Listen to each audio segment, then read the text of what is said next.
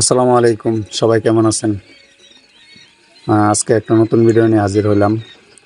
এটা হলো আজকে আমি আমাদের পার্শ্ববর্তী এক বাজারে গিয়েছিলাম। তারপর কিছু খাঁটি ক্যাম্বেল হাঁসের বাচ্চা আমার পছন্দ হয়েছে। তারপর ভাবলাম যে এগুলো কিছু নিয়ে যাই।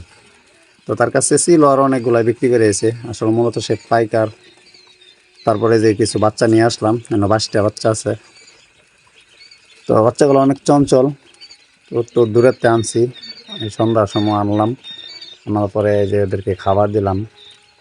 ওদেরকে লাইসুবিটের পানি দিয়েছি প্রথমে, আর কিছু যে আমি যে কোয়েল পাখিরে যে খাবারটা খাওয়াই, যে খাবারটা দিছি অল্প।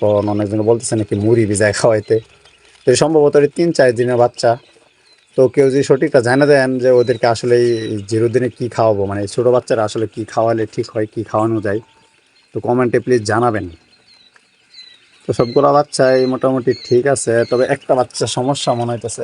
এই বাচ্চাটা একটু ঝিমাইতেছে, না একটু পানিকা। তো সবাই দোয়া করবেন, আমার এই ছোট্ট পরিসরে শুরু করতেছি সব কিছুই। তো আমার জন্য সবাই দোয়া করবেন।